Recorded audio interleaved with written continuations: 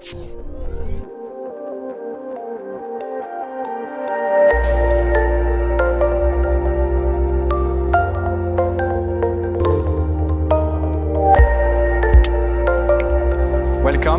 to all of you. Welcome as well to our audience following us on the internet. As you know, it's a live webcast this evening. My name is Vincent Bernard. I'm the editor-in-chief of the International Review of the Red Cross, based in Geneva at the International Committee of the Red Cross. I'm also in charge of organizing a cycle of events. This is one of them, on new technologies and the modern battlefield. I'd like first to thank especially the Australian Red Cross and the Asia Pacific Centre for Military Law for hosting this event. And of course, thank all the panelists and Helen Durham, who has accepted to moderate the discussion this evening. So as I told you, this event is part of a cycle of events which actually followed our work on new technologies and warfare. There was an issue of the International Review of the Red Cross on this topic. Here it is. I guess that some of you could get a copy outside the room. And of course, this is also part of the interest that the International Committee of the Red Cross has on developments in the field of means and methods of warfare. Since many, many decades, the ICRC has been following developments in the field of warfare because we are interested in their humanitarian consequences and in the development of the law, whether there are gaps, there are needs to clarify, or there are needs also to apply the law, the existing law, to evolving realities of the modern battlefield. So this is part of these ongoing efforts in which we are not alone. There are many organizations joining us, and also the Australian Red Cross has been very active in this field. So we have had several events, just for you to know that it's not the first one. We have had a first event at the Humanitarium, our new conference center in Geneva. And then we moved the cycle to Washington, DC, where we discussed autonomous weapons. We had a webinar in Boston, and we organized all these different events with various partners. Now we are here in Melbourne for the discussion on human enhancement and their humanitarian consequences and the law. And the cycle will continue with two more events at the end of July, one which will be on humanitarian action and new technologies, because that's also another dimension of modern conflict and new technologies. There are also many use of new technologies for humanitarian action. And then we will end the cycle with a high-level panel where we will discuss all the various issues, all the various techniques, new technologies that we cover during these events. So you can find more information on this cycle on our website on icrc.org, and I invite you to continue the discussion, also looking at our issue of the journal, which is available online. Let me now introduce our moderator. I'm very pleased to introduce Helen Durham. Well, because she's not only an editorial board member of our journal, so I know her well for the support she has brought to our journal, but she will soon take up the position of Director of International Law and Policy at the ICRC in Geneva. So she will be the first Australian appointed to any ICRC directorship in the history of the organization, and it started in 1863. So you see that it was high time to have an Australian coming to Geneva.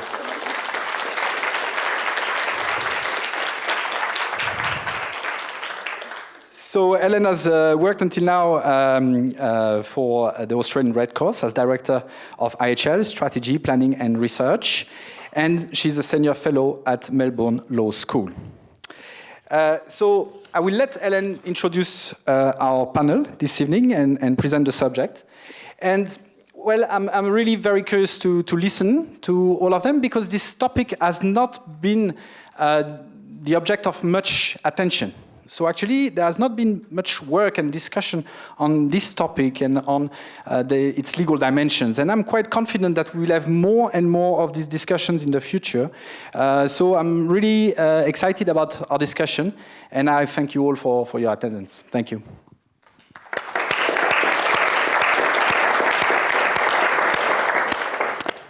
Well, thank you. Thank you very much, Vincent. And I'd like to start off in a very traditional Australian way by respectfully acknowledging the traditional elders of this land, for which we sit and talk about high technologies, and I have no doubt that in their way they had extraordinary technologies to survive and look after this beautiful country so well.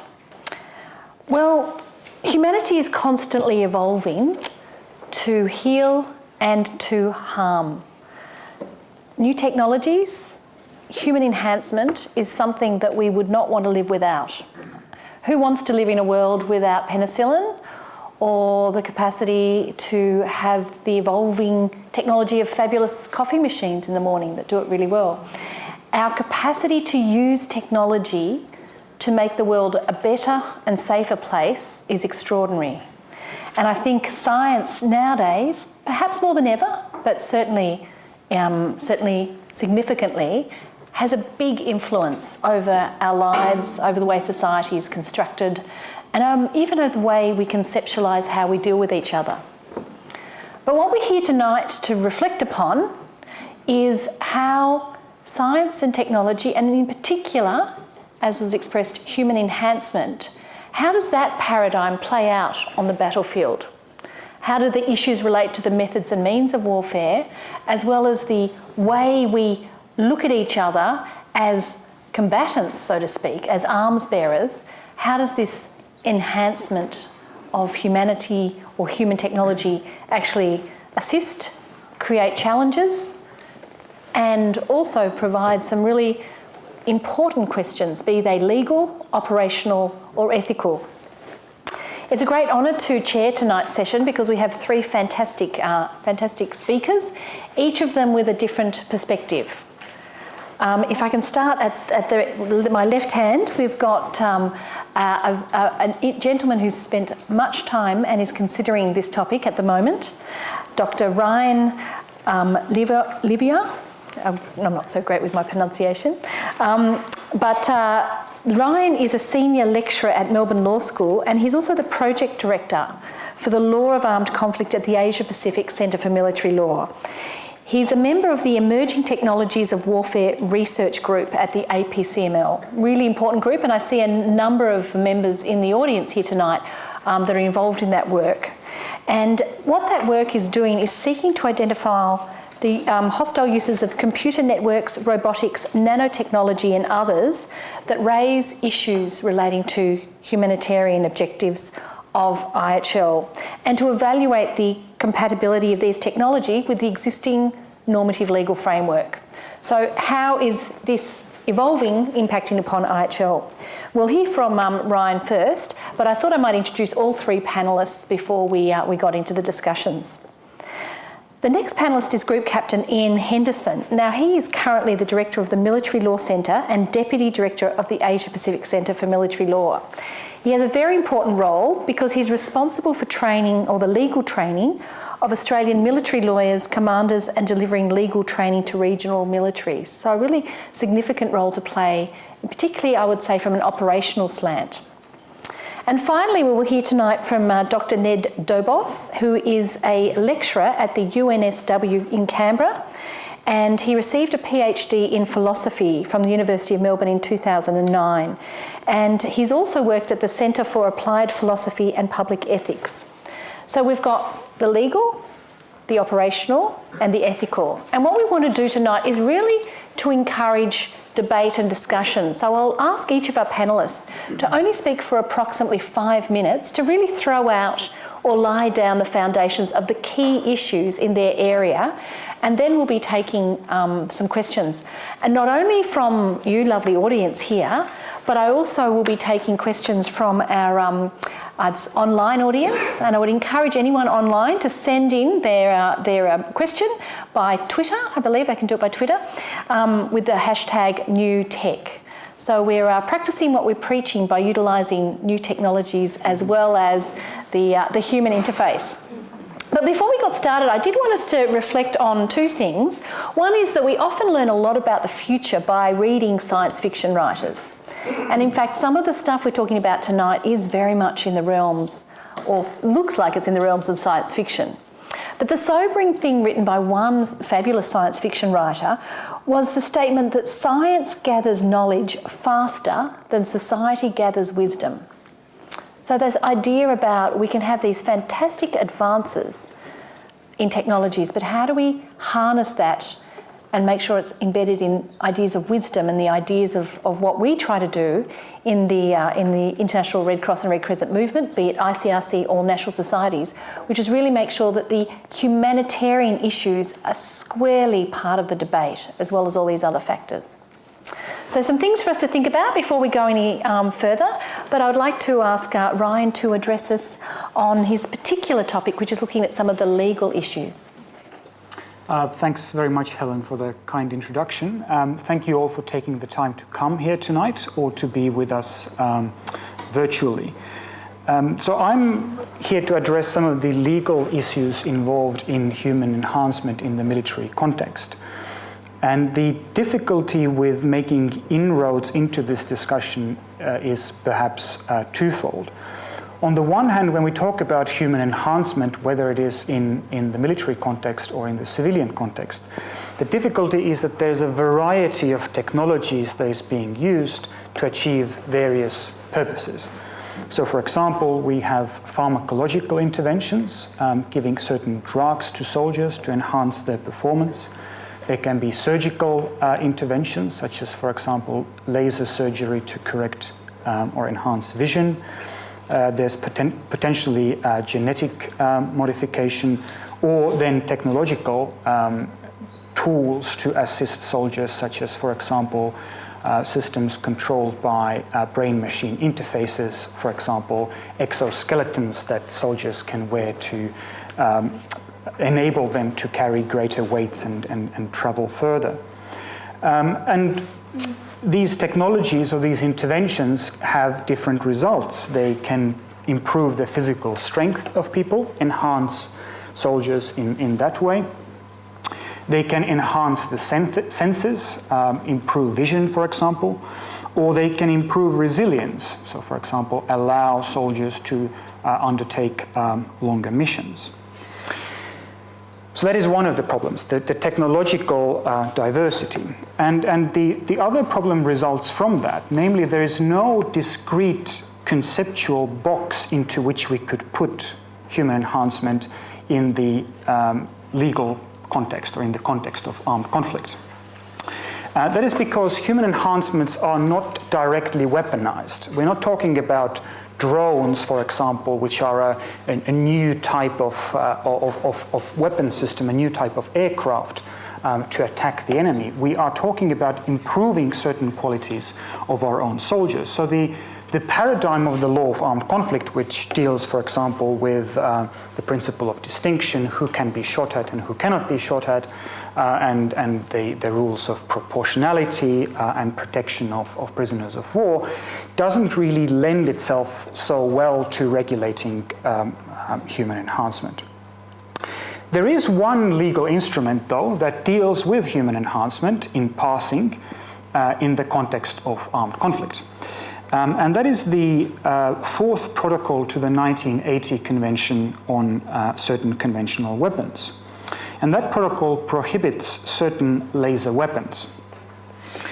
And the crucial provision of that protocol is its Article 1, which says, and I quote, "It is prohibited to employ laser weapons specifically designed as their sole combat function or as one of their combat functions to cause permanent blindness to unenhanced vision, that is, to the naked eye or to the eye with corrective eyesight devices."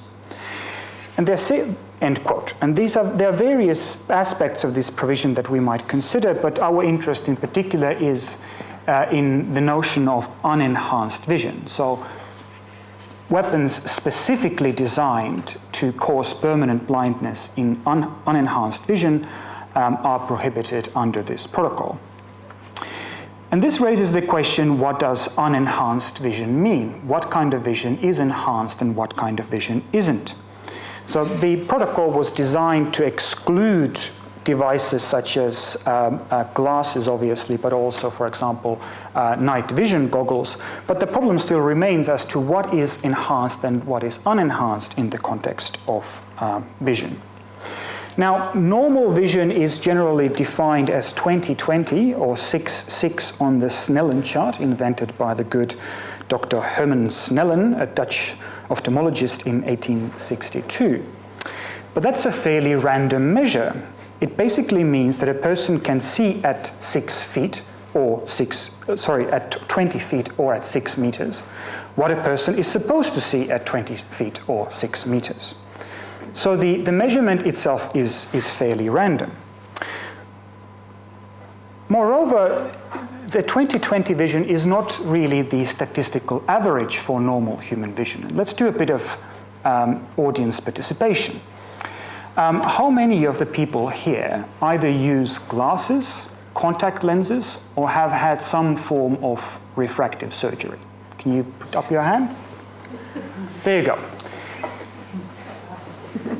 So according to the University of Iowa, researchers, only about 35% of all adults actually have 20/20 or 6/6 vision. So the vision that we consider normal is actually statistically fairly rare. So the question is that, what should we then treat as enhanced vision? Vision corrected beyond 20/20? Or is it vision corrected beyond what is the normal range of human vision? Because some human beings see better than 20/20. And the same question can be asked with all kinds of other aspects of vision. So, for example, low light vision, peripheral vision, and so on and so forth. So the fundamental question in our debate, for example, is when does correction or treatment or healing actually become enhancement?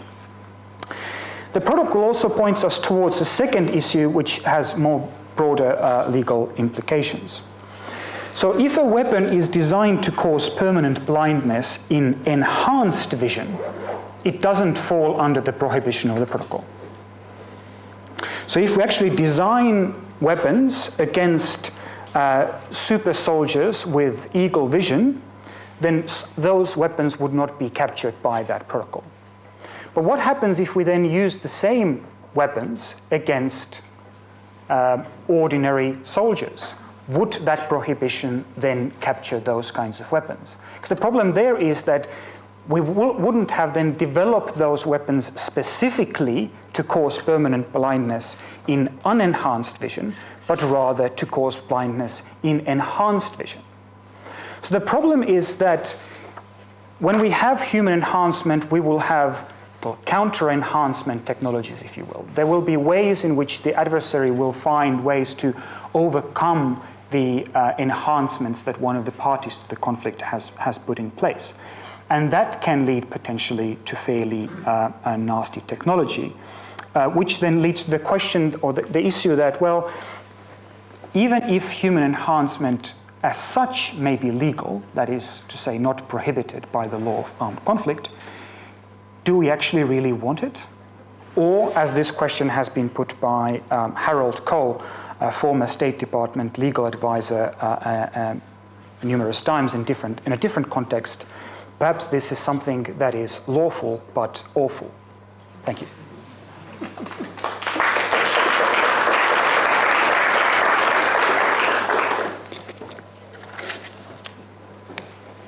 Thank you. I suppose my first point is I really have to learn not to be on panels with Ryan. The best I could come up with was don't treat them as a single class. And English is allegedly my first language. And you had discrete conceptual box, which is fantastic. And what, third language? Fourth? Yes. Also, don't let the uniform fool you. I have to give the normal disclaimer. The following isn't necessarily the views of the Department of Defence or the Australian government. For that matter, they may not even be my own. This is very much an evolving area. And I suspect anything I say tonight, I would disagree with myself next week. Just how we like it. Yeah.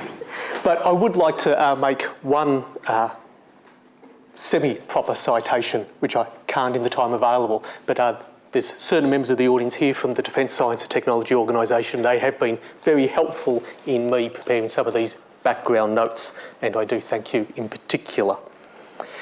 As Ryan's already mentioned, human enhancement comes in multiple forms. The interesting point for me is I think that it also comes in short-term and long-term. So drug-based enhancements or devices that aren't permanently affixed or grafted would be a temporary measure. But if you're doing gene-based technology, if you're adding prosthetics to the person as opposed to an exoskeleton, if it's a replacement eye as opposed to a third eye, this is something that now becomes integral to the person. And I suspect that will affect some of the issues I'm about to raise. The other point that I think will be interesting with time is that while some of this development is going on in the military, it's very much going on in civil society as well, like most of the technological advancements that we're interested in are. But the difference will be that unlike with developments in cyber technology or autonomous weapons or autonomy, where defence could choose to employ it or not, some of this human enhancement will be the recruiting pool. These people will present to the military already with some of the longer term things. Corrected vision at the moment, enhanced vision in the future. And treatments to improve their strength, their endurance, those sorts of things that aren't drug-based but gene-based will just be part of civil society. And that will, again, I believe, affect the analysis. When we look to the law of armed conflict, we normally distinguish between means and methods. Means generally being weapons, methods generally being tactics, techniques, procedures. This will somewhat blur the line, but I would generally put it into the methods box. Unless the enhancement of the person has a form of direct lethality, unless we've enhanced their ability to engage in hand-to-hand combat or the like, what we're probably doing is improving the tactics and techniques that they can employ when using weapons. The interesting part about that is under Article 36 of Additional Protocol 1, there's a requirement to do a legal review not just of weapons, but also means and methods of warfare. So if you conclude that the technology affects the way that warfare is conducted, i.e. the methods employed, it becomes subject to a positive black letter law requirement to conduct a legal review under Additional Protocol 1. In my background reading before today, generally most of the commentary related to things like distinction, proportionality, causing unnecessary suffering. I'd like to point out that there are also just some specific other law of armed conflict rules that may be relevant, particular treatment of prisoners of war. If one of the enhanced soldiers is captured and taken as a prisoner of war, how will that affect the treatment regime? If they have super hearing, if they have eyesight that is in effect a built-in night vision goggle and maybe also infrared and maybe hyperspectral. If their ear isn't just enhanced but is also a radio, so they have the ability to at least receive external communications as part of their body. So we have to look at more than just the typical offensive rules of, will this person be able to do something to the enemy, but also how should they be treated. We'll also have to look at how the person integrates into the battlefield. If we're moving towards human-machine interfaces, then a person who's wounded and who might otherwise be what's known as hors de combat, out of the fight, and therefore not subject to lawful attack. But if their eyes, their ears, whatever senses have been integrated into their body are automatically feeding into the intelligence surveillance picture for the battlefield, then are they truly out of the fight just because they personally aren't actively taking a part? Equally, there's technology being developed that would allow the remote control of a weapon system just by thinking about it. So a person might appear to be unable to continue to participate, but in actual fact is still controlling a remote weapon system. The other area that I think will need a lot of thought, particularly on the biological side and sociological side, is what effects will some of these technologies, and particularly the drug-based ones or the ones that stimulate parts of the brain, have on whether the person has an altered perception of what amounts to humane treatment. So not what the person's receiving, which is one of the discussions. If they're an enhanced soldier, they're stronger, they can withstand pain, those sorts of things. But if someone is awake for 48 hours, 96 hours, and by all observable physiological measures appears alert, but will their brain nonetheless be making some different assumptions about what's appropriate in the circumstances, knowing that a lot of decisions at the moment under the law of armed conflict are subjective in nature. What is proportional collateral damage? Semi-subjective, whether you think that someone is participating directly in hostilities based on your observation of them. So some of those less black and white criteria may be a fruitful area of consideration as we try and come up with already difficulties in cultural understandings, but now it may not just be a cultural thing, but also a dividing line between the haves and the have-nots in the enhancement area. So they are the issues that I see, and I look forward to discussing them.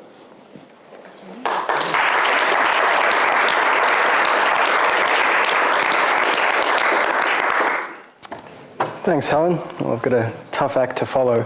So I'm a military ethicist, and we're concerned with all three levels of armed conflict, from the initiation of war, so the waging of war by politicians, to the conduct of soldiers once hostilities are underway, to post-war reconstruction and the re-socialisation of soldiers into civilian society once they return from war. So in what limited time I have, I'm going to try and say something about at all three levels of analysis. But noting that this doesn't capture all of the ethical issues that might be raised by these sorts of technologies. So for example, we might want to ask, is it justifiable for the military to enhance soldiers without their consent? That falls outside of the framework that I'm going to be pitching my discussion at, but perhaps we can pick up on some of those themes in the discussion that follows. So let's start with this basic question. Why enhance our soldiers? What's the rationale for it? Pretty obvious answer. We want them to be more effective and efficient in achieving their collective purpose, which is to win wars and to successfully prosecute humanitarian interventions. Now, the benefit of that is the ultimate aim is to reduce the human and material costs of our military operations, to help our soldiers win their victories more quickly and decisively, and to reduce the costs of our military operations. You might think, how could that possibly be a bad thing? There was an American Civil War general, Stephen Lee was his name, and he once said, "It's a good thing that war is so horrendous, otherwise we would grow too fond of it." And here comes the first objection to the use of these technologies in the military context. The worry is, if we reduce the human and material costs of war, we might become more inclined to wage war. It might become increasingly normalized in our collective psyche. Since it wasn't as catastrophic, since it's not as catastrophic as it once was, it might become more palatable to the general public. Okay, so that's the first argument of the naysayers. I don't think it's a particularly good argument, maybe we can pick up on it later, but that's the first argument. The second worry relates to the conduct of soldiers once hostilities are already underway. Now, military ethicists usually use a normative framework called just war theory. It dates back to the Middle Ages. A core principle of just war theory is what's called the principle of civilian immunity. It's been referred to as the principle of distinction by my co-panelists. And the idea crudely is that only enemy combatants are legitimate targets of attack. Innocent civilians must not be deliberately harmed, even if there is some military utility in doing that. At the Pentagon right now, pharmacologists are investigating a few beta-blocking drugs which they hope will prevent the formation of traumatic memories in soldiers. Prevent the formation of traumatic memories. The intention is to make soldiers more resilient to post-traumatic stress disorder and other mental afflictions that are associated with combat. The way that these drugs work is important.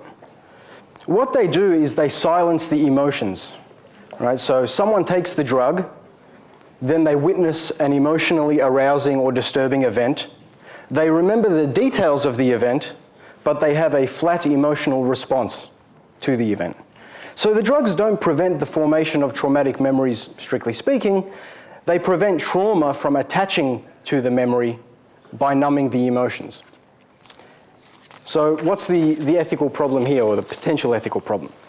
Well, take any modern military, you'll find some bad apples, psychopaths, and people that are disposed to commit war crimes, but you'll also find a whole lot of decent, ordinary people. So let's focus on these people. These decent people will have an innate inhibition against killing innocent civilians.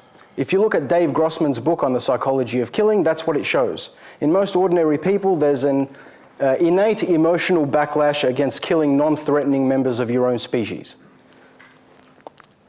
If these pharmacological enhancements we're talking about would put our decent soldiers in a state of emotional deadness, will they lose that inhibition?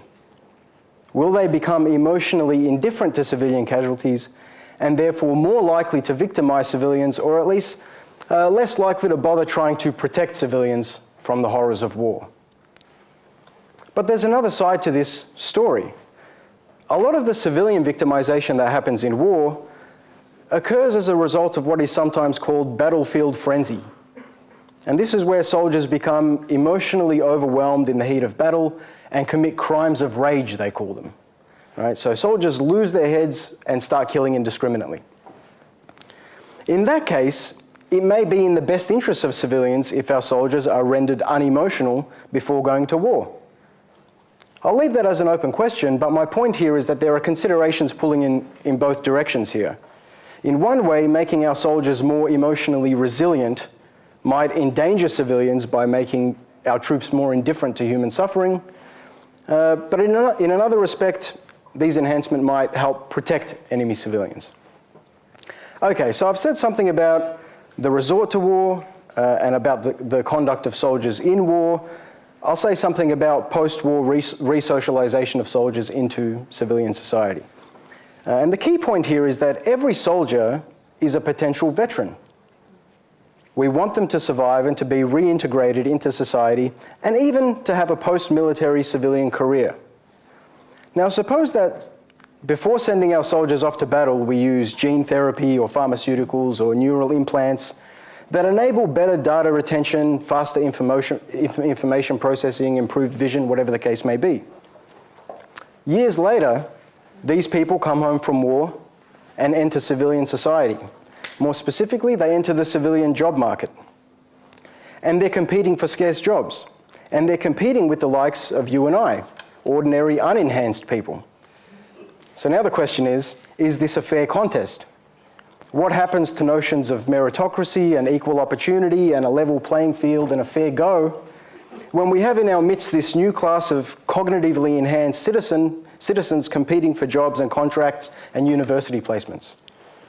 All right? So these people will have a competitive advantage in many walks of life, and it's the state that has given them that advantage. So the state's activities in the military domain might contaminate civil society in ways that we think are undesirable. These two areas of state activity can't be cleanly separated. Perhaps there are things we can do to counter these worries. So maybe we can decide that all enhancements must be reversible and should be reversed routinely as a matter of course upon discharge from the military. But these solutions raise ethical issues of their own. First, it would mean denying veterans their right to refuse invasive procedures and coercing them if need be to remove the implant or the enhancement that has been administered to them. And what about those enhanced soldiers that have become so accustomed to their enhancement that they'll actually be impaired were it to be suddenly removed, so they've forgotten how to live without it? Finally, maybe the right to remain enhanced after going to war is something that soldiers should be entitled to, as a kind of just reward for their service. And maybe the military can use that as a legitimate recruiting incentive. I don't know what you think about that, but I'll leave it there.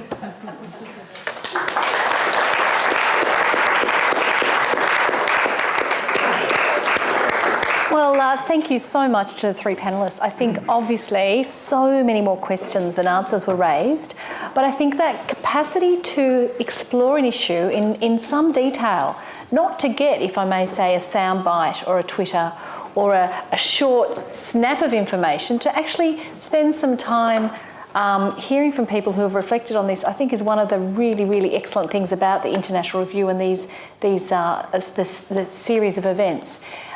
So with that, I know that we've got the capacity to get questions from the audience, but I was just wondering whether we had any from our friend, the audience online as yet, if there's any questions that might be asked in that way. As we're doing that, because I've got two things to announce. One is, could people please wait for the microphone before they speak, because that's the only way we're going to let our colleagues or friends online to hear. But the other thing was that whilst we're ready for the online question, there is the capacity for us to have a little bit of a chat amongst ourselves first, and to, I think I'll take the chair's prerogative to ask a question to each of you, but please feel free to move those questions amongst each of you if you want to answer another one. Ryan, with your very beautifully precise and clear description about some of, at least the elements of illegal issues that were raised there, I was wondering, it builds on a issue that Ian raised. Do you think that an enhanced soldier would require the same level of protection under IHL as a mere mortal like the rest of us? Do you think there is any legal elements, and it's a bit putting you on the spot, that would talk about it the other way around? Not that they do further or perpetrate potential issues in the way they fight, but should they be having a limited or more, the concept, for example, of superfluous injury and unnecessary suffering, Article 35, Additional Protocol 1, should that apply in the same way? If someone can, for example, withstand pain at a much higher level, does the concept of superfluous suffering have the same elements that we would traditionally have thought about? So yes, I do think that enhancements play a role in what level of protection soldiers should be entitled to. But interestingly, this can work in both ways. In some circumstances, they might be entitled to a lower degree of protection, perhaps, than normal soldiers, but in other contexts to a greater degree of protection. So, in a targeting scenario, as you pointed out, the question is whether a weapon or a means of warfare that's being used against an enhanced soldier is of a nature to cause superfluous injury. But if the weapon has been, or means of warfare has been specifically designed so as to incapacitate enhanced soldiers, then we can't really say that that particular weapon or means of warfare is of a nature to cause unnecessary suffering. But it might cause unnecessary suffering to normal, unenhanced soldiers. So there seems to be something of a difference there. But the other scenario is the situation that Ian alluded to, which is when the enhanced soldier has been taken captive, for example. And let's say the enhanced soldier has been enhanced in such a way as to provide him or her with greater low light vision, so basically night vision. Then putting that person in a very brightly lit room, such as this, might actually amount to torture or inhumane treatment, whereas that would not necessarily be the case with normal soldiers who haven't been enhanced. So it does play a role, and I think it goes both ways. Thank you. Ian, from an operational point of view, what impact, and this is a bit more of a conceptual question, but what impact would having enhanced soldiers in a military scenario for the morale of those who are unenhanced? I mean, what do you think? I know from spending lots of time engaging and talking to the Defence Forces, soldier morale and the capacity to build cohesive units together is really, really important, part of the whole operational strategy. So I'm wondering, is there any sort of views you might have? Would you be creating first citizens, second citizens? Sort of just wanted you could reflect on that issue. I'm not sure that it would be significantly different from now. We have a broad spectrum of people in the military, certainly across the three services. Then you have everything from cooks and bottle washers through to special forces. And the easiest way to find out whether there's a pilot in the room is they'll tell you. Yeah. Which part of the military are you? So I don't think just the sheer fact that there's some potential there. It would start to play out perhaps on how those people contributed to capability, because that's what it generally comes down to, that if someone is making a contribution that is valued, then you're less concerned about their background, except for when you're in the mess or somewhere else and there's the normal divisions. But particularly on the battlefield, then there will be roles for both enhanced and unenhanced for the foreseeable future, because in the same way that not everyone becomes special forces. Thank you. And finally, Ned, you did flag very briefly, and then you sort of said we could take it later, and I'll take you up on that offer, the issue about informed consent. And as I was reflecting about tonight, for those of you who are not from, at least from Melbourne, we have a very passionate sport here called AFL, Australian Rules Football. And there has been some really interesting debates, both in the media, but I think amongst sports ethicists, about enhancement drugs and issues about the consent of individuals who, as part of a team, might get injected with something we're not sure about. And there is quite an interesting parallel between this debate and how we as a society want to see those people who are sports people with, to some degree, different ideas in relation to how we see our military, which is always going to be an extension of society. Militaries obviously always have to reflect society because they're out there being an extension and implementing particular policies. So thinking about the informed consent as having a young son myself who goes off and plays footy, and as a mum, what I would feel if he got injected with a substance to make him play better, but the impact upon that. What are your reflections briefly on the issue of soldiers and informed consent? Thanks, it's a good question. So in an all-volunteer military force, consent is relevant at one level, namely, you've got a consent to join. Once you do join, what's the nature of that consent? It's been described by military historian Sir John Hackett as being an unlimited liability contract. Right? So when you consent to join the military, you waive all of your ordinary civilian rights and liberties. There's no limit to the sacrifice that you can legitimately be ordered to make for the sake of the military. And that goes all the way from training to deployment and combat. So from the time that you enter training, what you eat, when and where you sleep, how your hair is groomed, how your facial hair is groomed, who you date, which cultural events you attend, which vaccines you take. All of those things are settled by the directives of superiors.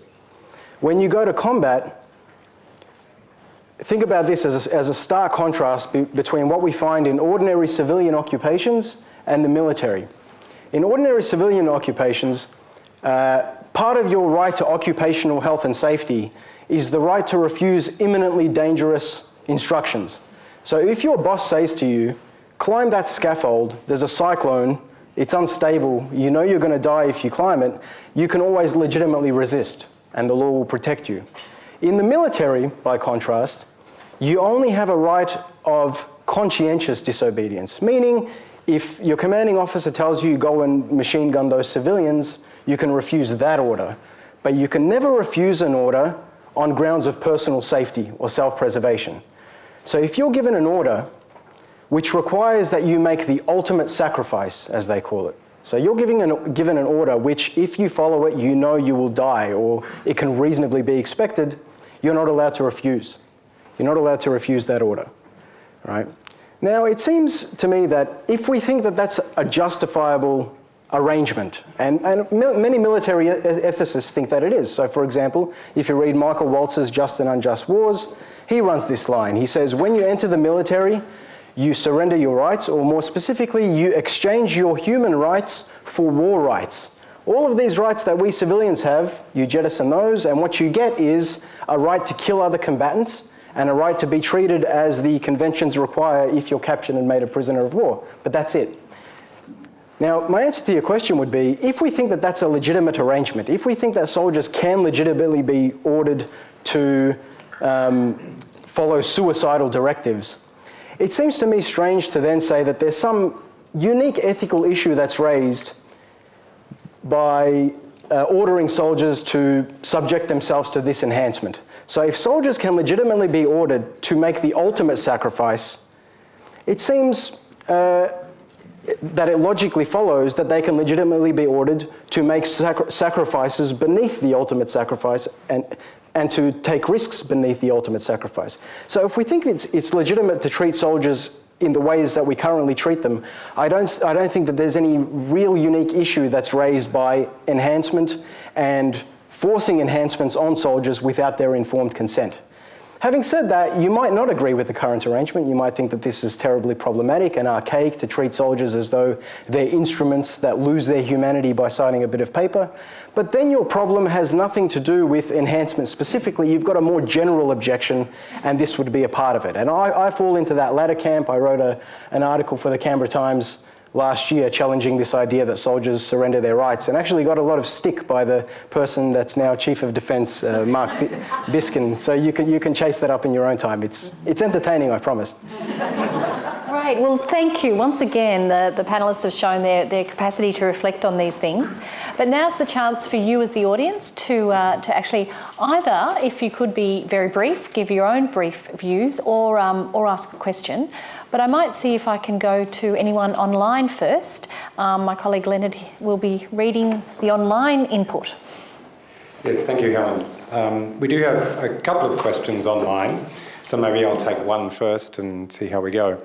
It's from a viewer called Tarek Bilani, and his question is a new convention or protocol to deal with the rules of conduct with respect to human enhancements required, or does the answer lie in existing agreements?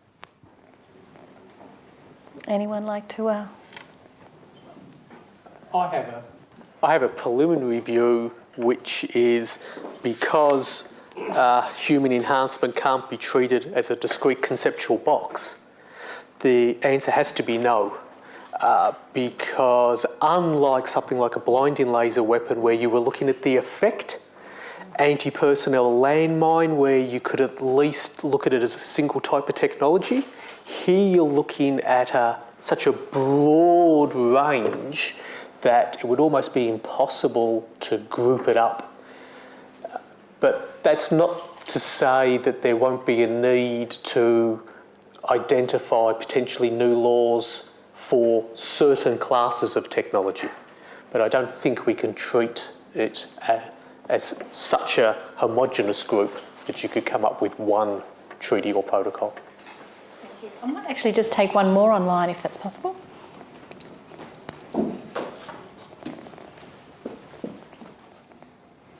We have another question from Etienne Kutzner online, who asks, how would the use of drug erasing memory of soldiers affect the collection of evidence for possible post-conflict criminal prosecution?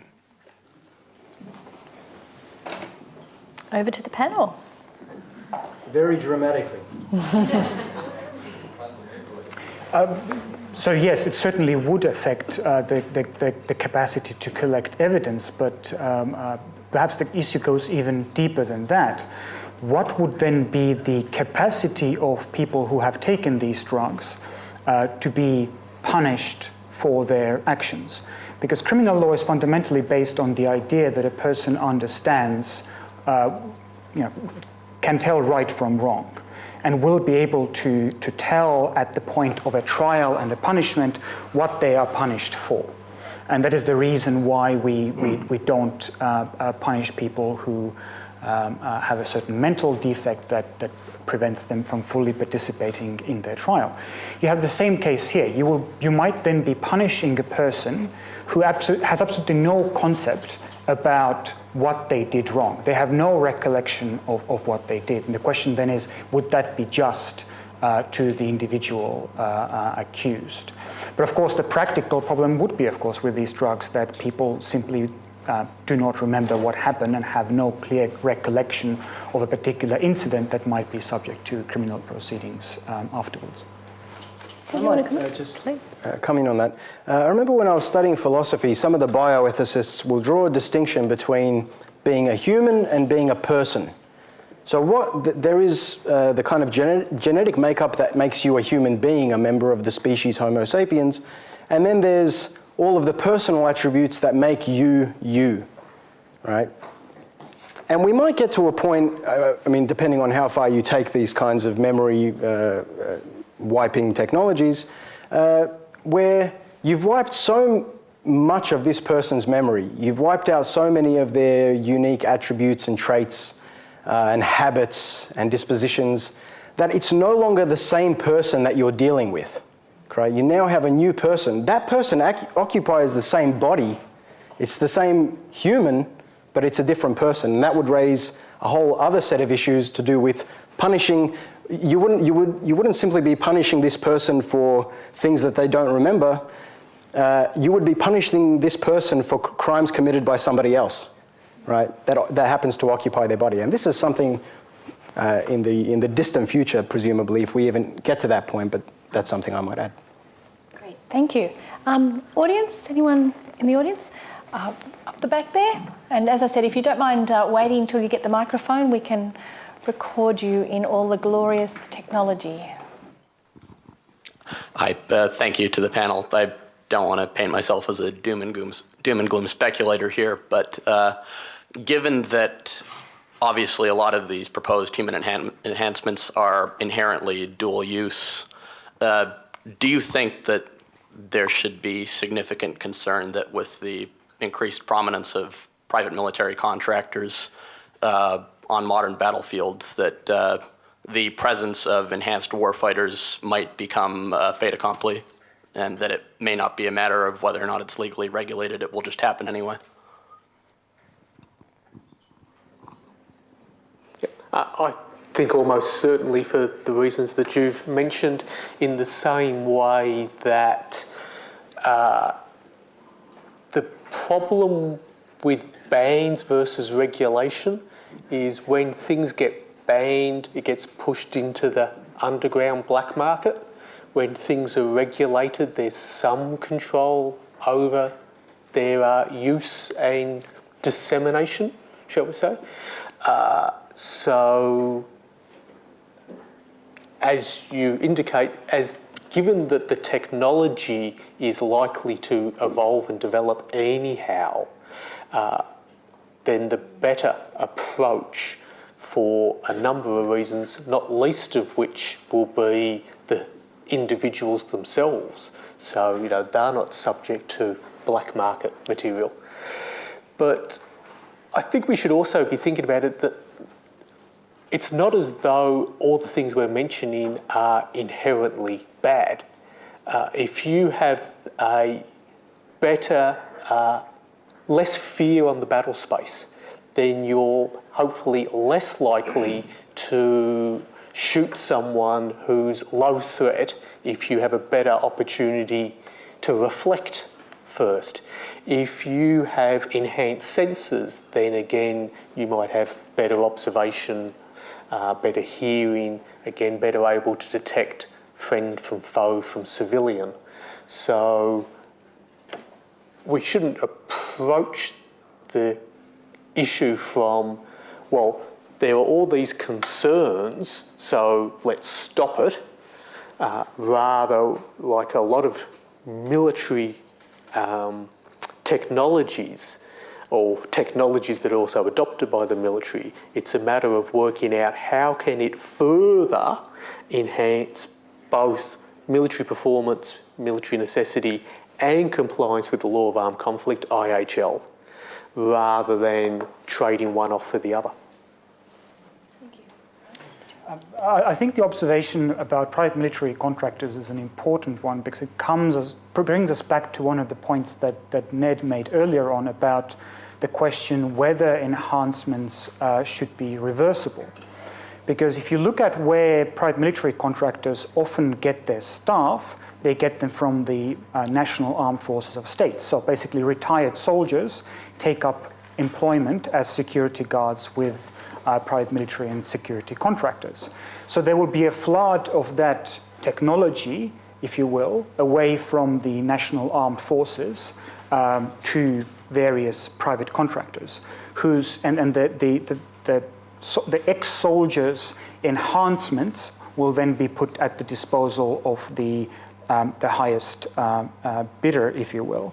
So that sort of raises the question of whether these enhancements should be reversible, or should we be looking for even more effective regulation of private military contractors.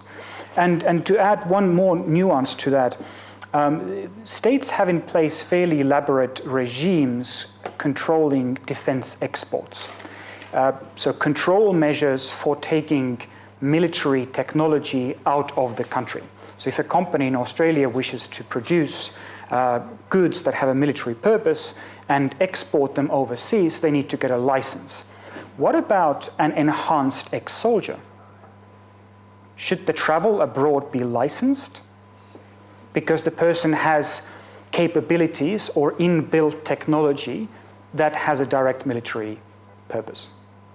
That's perhaps just one other example of how the reversibility question relates to another regime of international law and also domestic law as well. Nothing to add. Okay, great. Any other questions? On the side. I was just wondering about how decisions are made about what kinds of weapons are usable and aren't. I suppose, biological or chemical weapons are illegal, but blowing someone's limb from limb isn't. And military technology seems to just get better and better at blowing people limb from limb. That's okay. I wonder whether the technology could be used for weapons could be developed that incapacitate soldiers rather than killing them. That would clearly be a better sort of solution to the whole thing, wouldn't it? Wouldn't that be more ethical, like blinding the soldiers than killing them? I mean, I don't know, just a thought. May I do a little spruiking for this fabulous review, because one of the members of the audience here tonight, Eve Massingham, actually wrote an article in relation to a conflict without casualties, a note of caution, non-lethal weapons and IHL. So you'll certainly be able to have a read of that and get some more details about the complexity of the debate about non-lethal weapons. But it's a really important one on this technology issue, so I'll throw it back to never ever do I lose a chance to spruik the review. But I'll throw it back to the panellists for their views. A colleague of mine, Steve Coleman, works a lot on non-lethal weapons, and the assumption is that they're more humane, obviously, because they help you fight the enemy without blowing them to bits. But there are some difficulties with that assumption if you look at some of the way that these non-lethals are tested. So there's one piece of non-lethal technology, I think it's called the active denial system. And if you look at it, it's just a truck with a big laser gun on the top of it. It's a heat ray, right? It's something an evil genius thought up. That's what it looks like. And when they deploy it, what it does is it burns the very top layer of your skin, or it causes the water molecules on your skin to bubble, right? And it's so excruciatingly painful that when they point the heat gun at these protesters, they all flee, right? And they say, look, we've managed to disperse this violent crowd through non-violent means or through non-lethal means when we might otherwise have had to just drop a cluster bomb on them. Seems like a good thing, but some people have more recently poked holes in this whole analysis saying, what about under non-ideal conditions? So for example, what if you've got a person at whom you're directing this heat ray and they're incapacitated? They can't get out of the way, right? We haven't been able to test, because you can't get ethics clearance for that kind of testing, to see what would happen to this person if they sit under the heat of this ray gun for a sustained period of time. But I take your point about there being something odd about, if I may say something about the regulation of weapons. You've got these conventions which prohibit, say, biological weapons and chemical weapons. But they don't prohibit ordinary incendiary weapons and so on and so forth.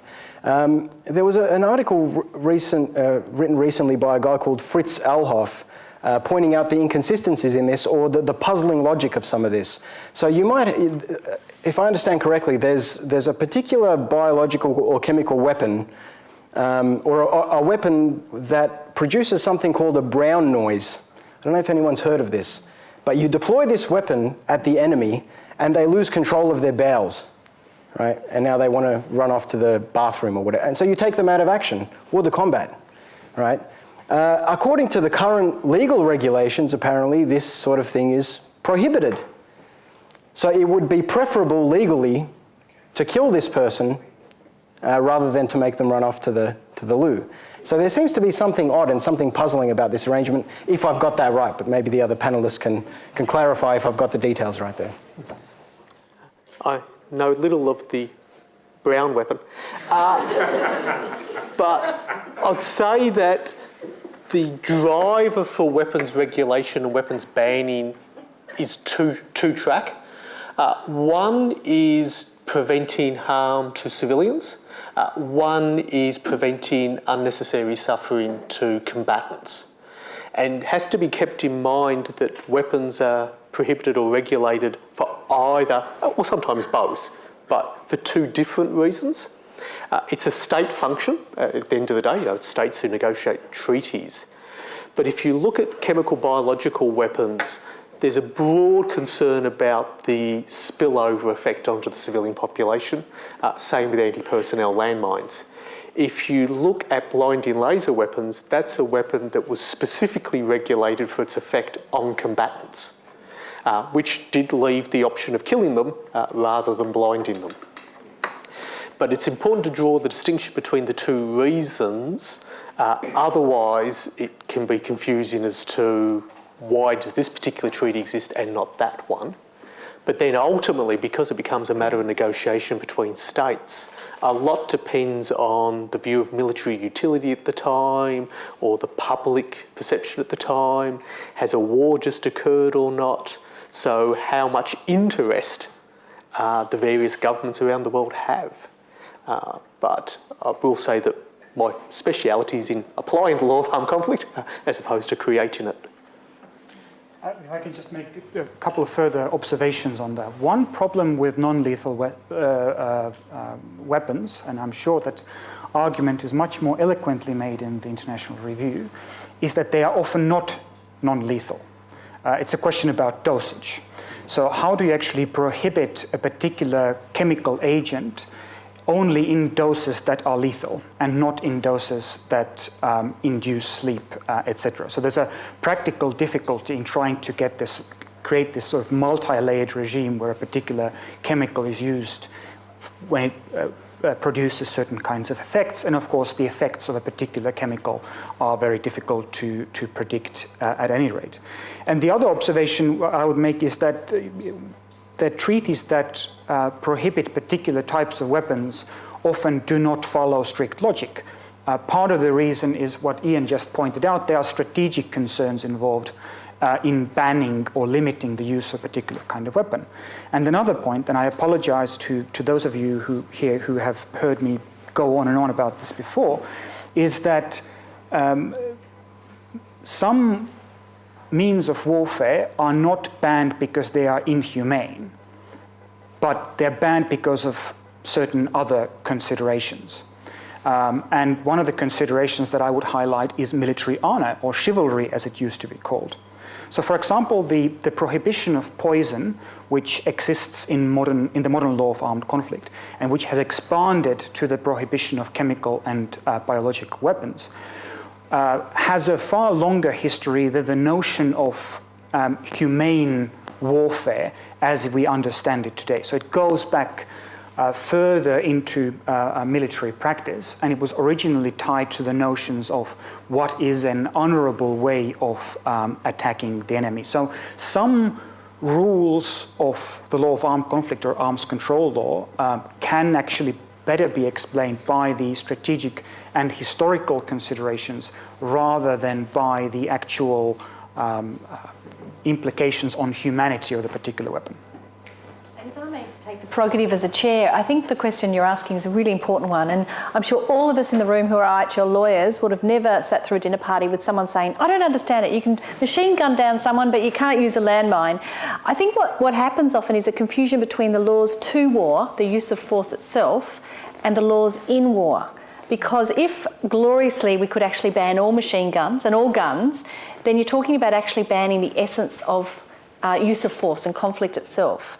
So it is a sort of a philosophical difference where you say, okay, if there is going to be armed conflict, if there is going to be a way that people are going to fulfil a military objective by force, what is the regulation of what we find acceptable and unacceptable? And as was said by Ian, very often it deals with the impact on civilians and others. So it's just, I wanted to flag that because it's a really important issue. Whenever we're talking about the regulation of weapons, it's almost counterintuitive sometimes when you look at the things that are. But you see more recently work on areas such as small arms, which are were deemed to need to have some sort of regulation in their transfer, not because of the intrinsic weapon itself, but how they're used and how they impact upon society and that other thing. So it's a really, I mean, we could definitely do a whole further discussion on the philosophical issues about how one goes about dealing with these weapons. Okay, now I've got a question up there. Wondering is, oh, there we go. Hi. What I was wondering is, what do you see as being at stake in this debate? Now, I'm going to come at this from two perspectives, but I believe that they are the one perspective, but at different angles. So, perspective one was our discussion of the so-called brown note, which a friend of mine has just pointed out does not work and has not worked and has been parodied in an episode of South Park. So that's fine and it's hilarious, but on the other hand, there was a slippage in the ethicist's comments about this, which went straight from military weapons to using these technologies against protesters. So I'm not sure if this was something you noticed or was a Freudian slip. Hey, the unconscious bubbles up and surprises us all. But there seems to be a politics here about weapons usage, which is directed to the politics of international humanitarian law.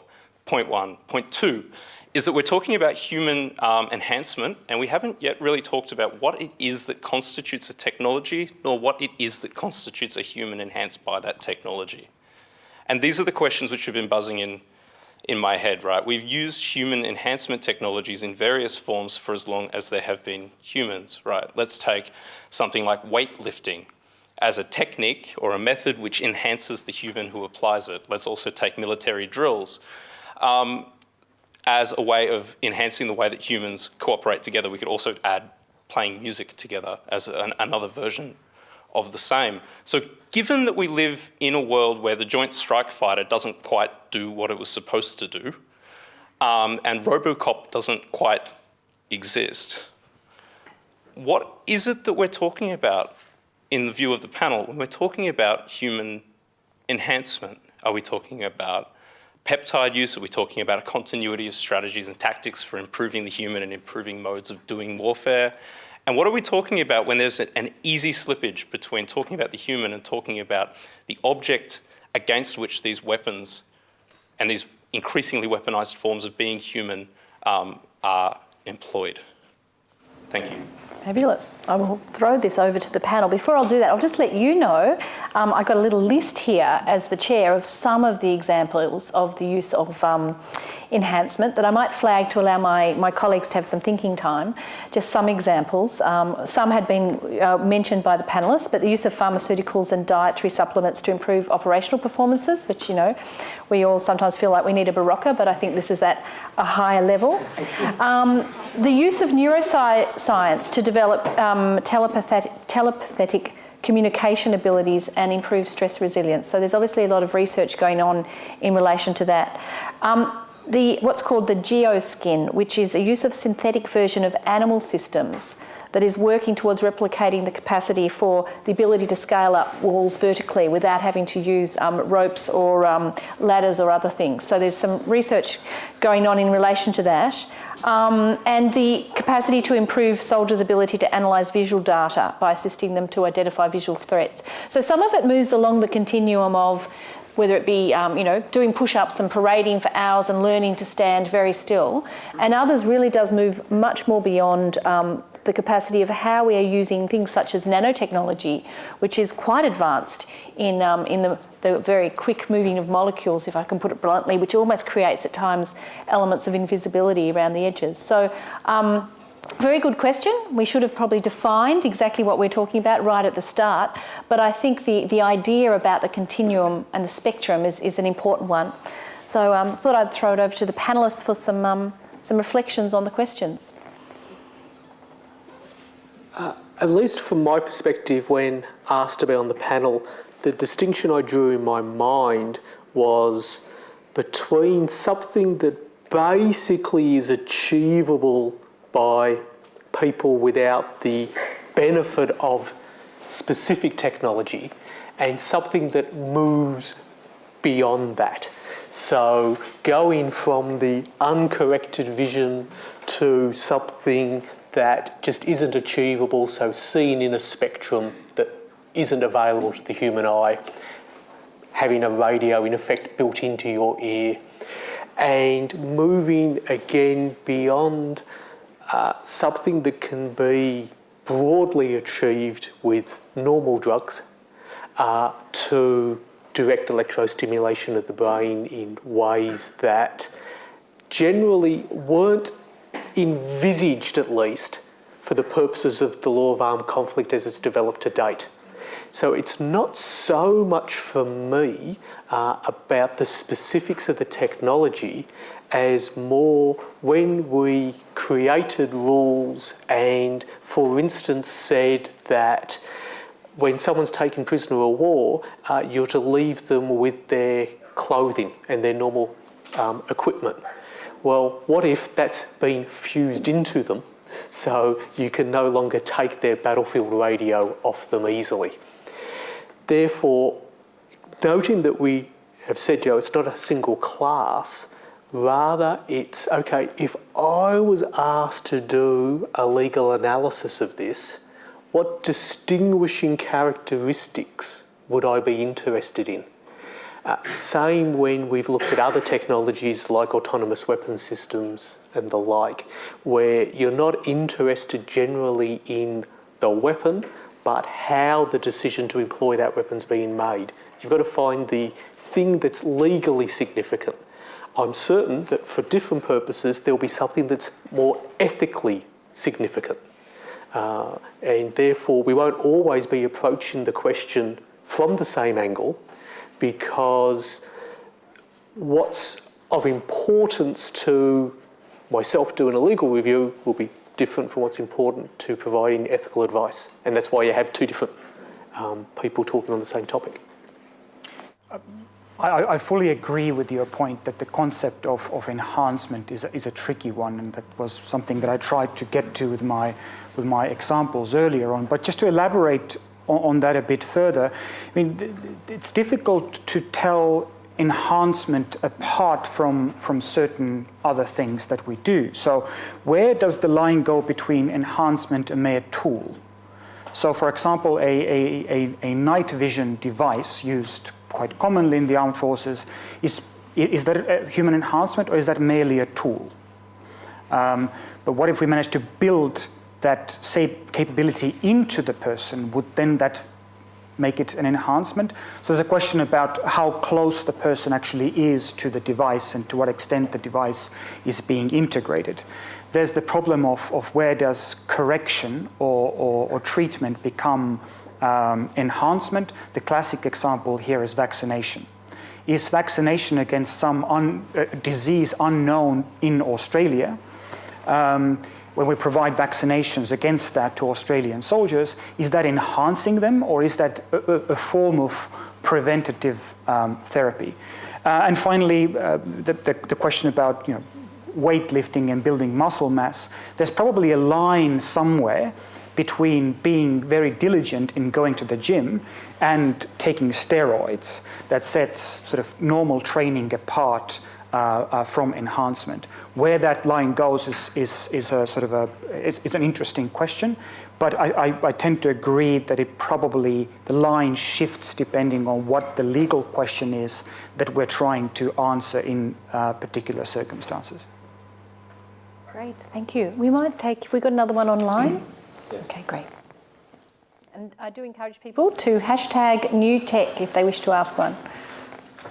This is from the humanitarian group online, with emphasis added, shall I say. What does human enhancement mean for the modern soldier or the modern humanitarian? Excellent. I was reflecting on that myself. We've got to put the humanitarian space in there. It's a similar question that comes up with other new military technologies. So for example, the increased drone use is seen as something particularly vicious and horrible and dehumanizing warfare and so on and so forth.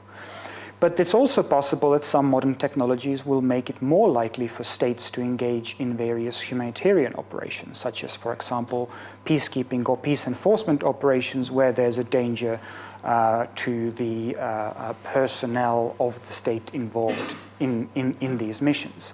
So some of these technologies might actually make it more likely for states to undertake benevolent military operations, if you will. And the same probably applies to enhancement technologies as well. While we can, on the one hand, see them as potentially a process of dehumanizing warfare, on the other hand, it may lead to more effective soldiers who can better achieve humanitarian objectives in armed conflict. So enhancement in that context might actually be a net good to strive for. Just picking up on one of those points, so coming back to the idea of the unlimited liability contract, that's often qualified in the following way. Soldiers sign up for unlimited liability, but they sign up to serve their country and its vital national interests. So that's the account of the unlimited liability contract that's offered by Martin Cook of the US Naval Academy. And what that means is soldiers don't sign up to fight for the human rights of foreigners. If there's going to be a humanitarian intervention, there has to be a coinciding national interest rationale. You're breaking your contract with your soldiers by sending them into a benevolent or a purely altruistic mission, right? And now he adds the following qualification. If we can come up with methods and means of warfare which would allow our soldiers to conduct these humanitarian operations in a way that is risk-free, or some people are throwing around the term post-heroic, then that would be justified, right? Because they're not bearing any additional risk, right? So I think you're right that this is still a dominant view among many military ethicists, that a humanitarian intervention is beyond the scope of the remit of the military's authority over its soldiers. And therefore they're disinclined to engage in humanitarian intervention to begin with. And when they do engage in humanitarian intervention, often they'll adopt methods of intervention that are just not suitable to achieving a positive humanitarian outcome. And the best example here is probably the case of NATO's intervention into Kosovo in the late 1990s. So the ethnic Albanians were being ethnically cleansed, forcibly expelled from the Kosovo region in Yugoslavia. Western publics were horrified by what was going on. NATO governments responded by initiating this intervention, and the intervention consisted of 11 weeks of high-altitude bombing. Right, so no ground forces, no low-flying aircraft were deployed. And the mission statement itself said, the top priority in this mission is force protection, right? Because we're not willing to sustain military casualties for the sake of a purely altruistic, benevolent humanitarian intervention. Now, if military enhancements, human enhancements, could potentially reduce the risks, minimize the risks of our engagement in these kinds of operations, then I think Rain is right in that we might hope to see more of them, and we might hope to see them conducted in a way that is more conducive to the outcome that we're trying to achieve. I'd like to dig a little deeper for a second, because I think we also want to reflect on not just the use of these technologies by the military, but just for a moment think about the capacity for the humanitarian sector to use some of these technologies. And I'm just wondering, the increasing asymmetrical nature of warfare, what are the costs of these sort of technologies, and do you think they would become available more widely? So if you've got enhanced soldiers, do you see a perception that you might have enhanced humanitarians who don't feel as scared? I mean, you look at the same issues and you flip them over, that can go in and provide assistance in an environment that maybe traditionally the good old security guys back in the offices would say, oh, it's too dangerous. So do you think there's anything other than cost, or do you think these things will be widely be available more widely, or do you think it's going to be held on very tightly by those who want to make a lot of money? Because of the second one, it'll become widely available. You make money by selling at the end of the day. It'll be a force multiplier for humanitarians. If you have exoskeletons that allow you to carry extra weight, and you have a recruiting problem, you know, there's only so many people who want to go into, say, part of the Congo at a given time, then one person can do the work of three. So certainly, I mean, things that have to be considered when developing various enhancement techniques and technologies is, A, they will potentially end up in the hands of the people with whom you might end up in conflict. And on the other hand, that those technologies might actually be used in a civilian context. And there are many technological developments originating from the armed forces, many of them very, very useful ones that are regularly used in civil society. I mean, internet or Velcro or what have you. So there is certainly the likelihood that some of these enhancement technologies, when they become more common in the armed forces, will also become more common in the normal society. And that is a risk, if you will, that has to be factored into the development of these technologies. But don't think we're the driver of the development necessarily. Like one of the drugs out there for calming nerves is for surgeons. And the military might find a military application for it as opposed to the reverse. Exactly. I think to sort of shake it, I think we focused a bit on the military use, which is important, but I think, as you said, these are broader philosophical questions about society, which has to engage in any debate in relation to the military. I saw a question, the few popped up as we were having that debate.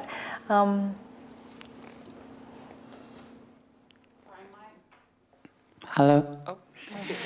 My question was in regards to the internal conflict and enhanced soldiers, especially relevant with all the repressive regimes and sort of civilian overthrow. And would that even be imaginable with an enhanced military personnel? And isn't that an ethical consideration? The answer's yes, as in would it be feasible for... look at Syria, where you start with a very low-tech, capable civilian force and a reasonably capable, reasonably technologically equipped military force. And how long has the conflict been going for now? 3, 4 years? And to and fro. So we've used words like, super soldier, I think, once or twice, but that's not significantly different from someone having access to military designed equipment compared with stuff that they have had to develop themselves. So I don't think it'll be a revolution in military affairs, which is the term we tend to use. It won't suddenly be unstoppable forces compared with people who can just be easily and suddenly killed. Look at Afghanistan. So the might of the most advanced military technological state in the form of the United States, plus all its supporting forces, are still fighting over a decade later. So the technology presumably will assist. I mean, that's why it'll be fielded or not. But one, there'll be countermeasures. So it's one thing to have night vision, it's another thing to be blinded because the other person then just puts up lots of flares or whatever. So I don't think it'll be a game changer in that sense. Thank you. I think we've got time for one more question. Thank you all for a very interesting presentation. This is directed predominantly at Captain Henderson, but I'd be interested to get the rest of the panel's view. What do you think the consequence will be in terms of the principle of proportionality for enemy forces making, or rather the inability to make a distinction between an enhanced and an unenhanced soldier? Do you feel that they would be able to reasonably exercise more force because they are possibly encountering an enhanced enemy, or that there will be additional set of rules, or is it essentially, does it create two sets of legal principles that militaries have to operate by? Again, I don't think it'll be that significant to be a game changer in the foreseeable future. Take everything from your poor Air Force lawyer to your highly trained, extremely capable Special Forces corporal. At the moment, the principle of proportionality and the application of it is broad enough that you're hardly going to say, well, the Special Forces corporal is the equivalent of 3 civilian deaths and 2 houses, whereas the Air Force lawyer is only a slight injury to 1 civilian and damage to their vehicle. I mean, it's just not that finely balanced. And because it isn't, to make a distinction between a soldier with unenhanced vision and one with a bionic eye that allows them to see out an extra 100 metres without the use of binoculars, I